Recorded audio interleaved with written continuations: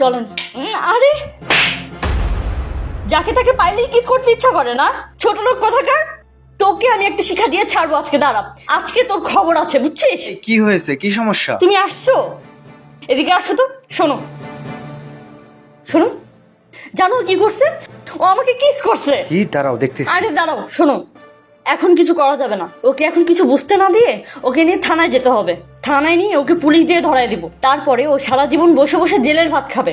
ওর kiss করার শখ না আমি সারা জীবনের জন্য মিটাই দিব। এখন চলো তাড়াতাড়ি। এই রিক্সা চালা, নে চল। ছোট লোকের তো দেখতেছি অনেক সাহস। হ্যাঁ বললাম না তোমাকে। আচ্ছা শোনো, যাই হোক এগুলো বাদ দাও। হ্যাঁ, আজকে আমরা অনেক ঘুরবো। হ্যাঁ, আর আজকে আমরা একসাথে রেস্টুরেন্টে খাওয়া দাওয়া করবো। হ্যাঁ, আপনারা কি আসলে হাজবেন্ড ওয়াইফ?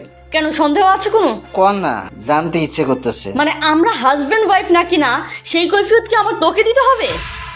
তুই প্রথমেই তো একটা বেয়াদবি করেছিস, আবার এখন এত কথা বলছিস কেন? এই তুই রিক্সা রাখ, রাখ, থামা। এই নামো তো। এই তুই নাম, এই নাম, রিক্সা থেকে নাম। ছোট লোক। এই তোর কত বড় সাহস! এই খালান, খালান।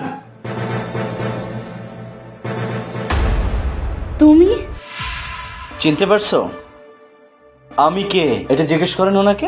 এই উনি কি হয় তোমার? কথা বলো না কেন? সে কোনো কথা বলবে না। আমি তার স্বামী। হ্যাঁ, এটাই সত্যি। আমি বিদেশে থাকি, আর আমি বিদেশে থেকে জানতে পারি যে আমার স্ত্রী পরকীয়ায় লিপ্ত। তাই আজকে আমি রিক্সাওয়ালার বেশ ধরে না তার আসল চরিত্রটা আমি জানতে পেরেছি। সত্যটা তো আমি জেনেই ফেললাম। মানুষ এত খারাপ হতে পারে? আরে তোর জন্য আমি কি করি নাই বল? তোর আমি কোনো অভাব রাখছি?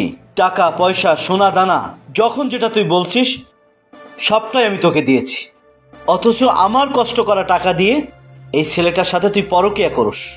তোদের মতো মেয়েদের না ভয়ঙ্কর শাস্তি হওয়া উচিত। এক কাজ করেন, আপনি যদি রাজি থাকেন তাকে নিয়ে যান, বিয়ে করে ফেলেন। আমি একে বিয়ে করব? প্রশ্নই আসে না। আমি তো জানতাম না সে বিবাহিত। আমাকে সে কখনোই বলে না যে সে বিবাহিত।